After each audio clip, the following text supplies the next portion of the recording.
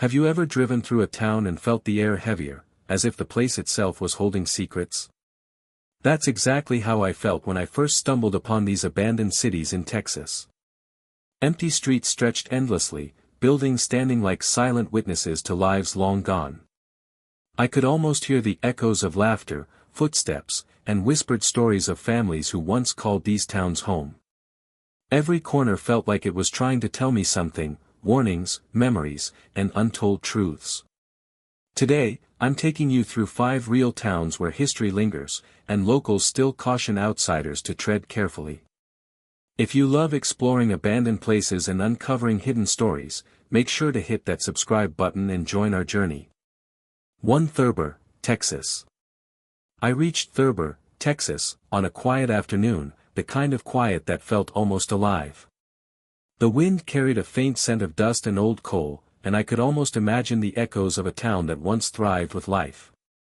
Walking through the empty streets, I noticed the remnants of brick buildings, some half collapsed, some stubbornly standing as if refusing to let go of the past. It felt strange, almost like stepping into a photograph frozen in time. I paused near an old mine entrance. I could still see the blackened marks from coal mining days, and I wondered about the hands that once worked tirelessly here. Thurber had been a coal town, bustling in the late 1800s with thousands of miners, immigrants from Italy, Poland, and Mexico, all seeking a better life. Now, it was almost silent. I could imagine the laughter, the shouting, the daily routines that once filled the streets, and yet none of it remained. As I walked further, the ground beneath my feet seemed uneven, and I reminded myself that hidden mine shafts could still exist. There was a strange mix of beauty and sadness here. The sun casting long shadows through broken windows gave the town a haunting glow. I stopped at a small house, its roof partially caved in. I could almost hear a family preparing dinner, children running, a dog barking, everything alive once, now replaced by silence. I met an older local nearby who warned me about the dangers of wandering too close to the mines. He spoke with a mix of pride and sorrow, telling me how the town had died when the coal lost value and the mines shut down. Families left in search of work, and slowly, the life that had once filled Thurber faded away. His voice had a tremor of nostalgia, and I could feel it too, walking these empty streets, touching the walls that had once been full of stories. Leaving Thurber, I felt an odd connection to the past. The air seemed heavier here, thick with history and memory. I couldn't help but imagine the town as it had been, alive with people's dreams and struggles. Even now, standing in the quiet, I could almost hear the heartbeat of a town that refused to be forgotten, a place where every brick and shadow held a story waiting to be remembered. 2. Indianola, Texas. I first heard about Indianola from an old map I found in a library, a town that no longer exists on most modern maps. When I arrived near the Gulf Coast, I could feel the air thick with salt and history. Walking through the empty fields where streets once ran, I tried to picture a busy port town, ships docking, merchants shouting over the sound of waves. It was hard to believe that all of this had vanished over 100 years ago. The ground was soft and uneven, and scattered remnants of brick and timber hinted at buildings that had once stood tall. I imagined families bustling about their homes, merchants unloading cargo, and children running along the docks. Indianola had been a thriving port in the 1800s, one of the most important in Texas. Ships from around the world docked here, bringing goods and people, hopes and dreams. Now, only whispers of the past remained. I could almost hear the wind carrying echoes of old storms, the very storms that had doomed the town. In 1875, a hurricane had struck, devastating the port, but the residents rebuilt. Then came 1886, a hurricane far stronger, tearing everything apart beyond repair.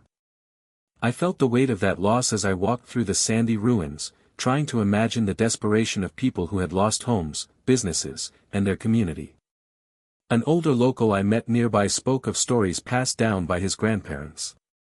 He told me how entire families had to leave, how they gathered whatever they could carry and scattered across Texas. Listening to him, I felt chills. The town had fought against nature for decades, only to be defeated. There was a strange beauty in the ruins, a silent testimony to resilience and tragedy. As the sun began to set, casting golden light over what was left of Indianola, I stood quietly, imagining the busy harbor, the laughter and the tears, the life that had once pulsed here. I realized that some places are never truly gone, they live on in stories, memories, and in the very soil beneath your feet. Indianola had disappeared from maps, but its spirit lingered, haunting the fields and the winds, waiting for anyone willing to remember. 3 Terlingua, Texas. I arrived in Terlingua late in the afternoon, the sun hanging low over the desert horizon. The first thing that struck me was the silence. It wasn't the kind of quiet you expect in a town, it was deeper, almost alive. The ground was rough and cracked, and the ruins of old buildings seemed to lean against each other for support, stubbornly refusing to fall completely. Walking through the streets, I could almost imagine the miners who once lived here, carrying their tools, their hopes, and their exhaustion. Terlingua had been a mercury mining town in the early 1900s. Back then, the population thrived, and the town pulsed with life. Men worked long hours extracting mercury, women ran homes and small shops, and children ran freely through the dusty streets. I stopped near an old brick chimney, and for a moment, I could almost hear the chatter and laughter that once filled the town. The air felt heavy, like it still held the memories of the people who had labored and lived here. As I explored further, I noticed rusted machinery half buried in the sand, remnants of the mining operations that had made Terlingua famous. It was hard to imagine how a place so alive could be abandoned. I thought about the families who had to leave when mercury prices collapsed, when the mines became too dangerous or worthless to continue. They left behind homes, shops, and everything they had worked so hard to build. I could feel the sadness of that loss in every broken window, every crumbling wall. I met a local historian who had lived nearby for decades. He told me stories passed down from miners and their families, tales of extreme heat, long lonely nights, and the constant threat of toxic exposure. Listening to him, I felt a strange connection to the past. The town was quiet now, but it spoke through the ruins, through the wind that whistled across the desert. As the sun dipped below the mountains, casting long shadows across Terlingua, I stood in the middle of the empty streets, feeling both awe and melancholy. This town had fought to survive, had thrived, and had been abandoned, yet it still held stories, memories, and the echoes of lives that once filled it. Terlingua wasn't just a ghost town, it was a place frozen in time, a silent witness to human struggle and resilience, waiting for anyone who cared enough to listen. For Glenrio, Texas. I first saw Glenrio from the dusty stretch of Route 66, the sun glaring off the empty streets and abandoned buildings. The town looked frozen, like someone had pressed pause a long time ago. Walking along the cracked pavement, I could hear nothing but the wind whistling through broken windows.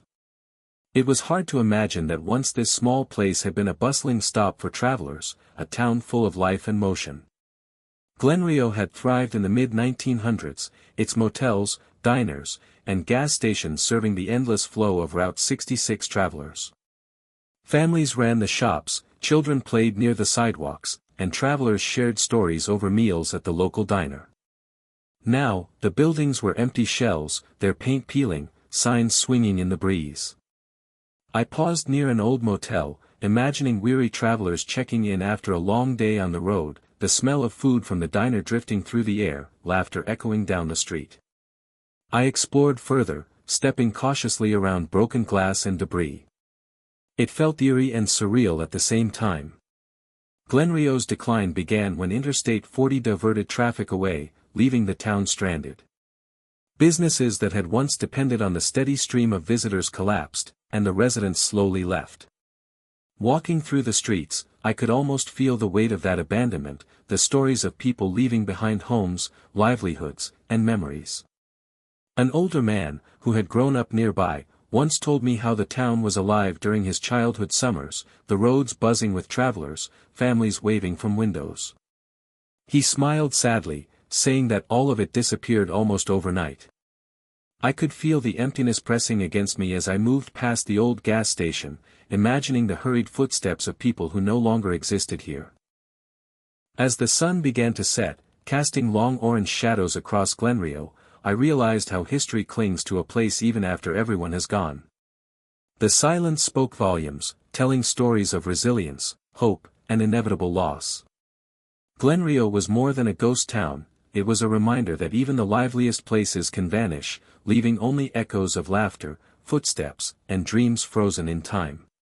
5 Lobo, Texas.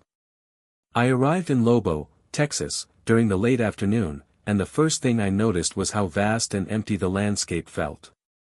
The town seemed swallowed by the desert, the sun blazing overhead and casting sharp shadows across the cracked roads. As I walked through what was once the main street, I could almost hear the echoes of life that had vanished decades ago. The silence was heavy, almost deafening, but it carried a strange kind of peace. Lobo had once been a small railroad-stop town, serving travelers and nearby ranches. There had been a post office, a school, a few shops, and homes scattered along the dusty streets.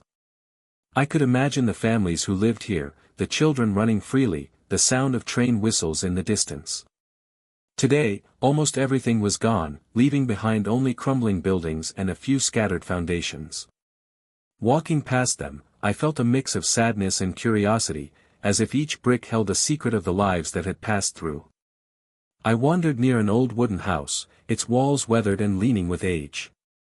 I thought about the people who had once called this place home, waking up to the sun rising over the desert, tending small gardens, or gathering for community events.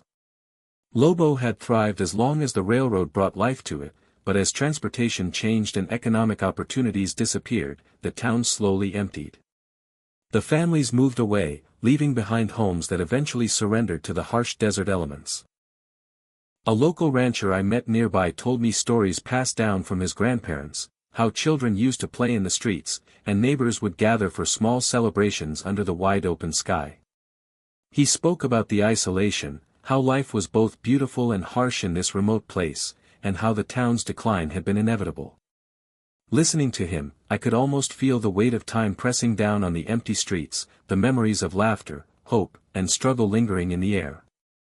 As the sun dipped below the horizon, the sky painted in shades of red and orange, I stood quietly in the middle of Lobo. The desert wind whispered across the empty town, carrying with it a sense of resilience and loss. Lobo was more than a ghost town, it was a living memory of the past, a place where the stories of its people were etched into every dusty road and abandoned building, waiting for anyone willing to see and remember.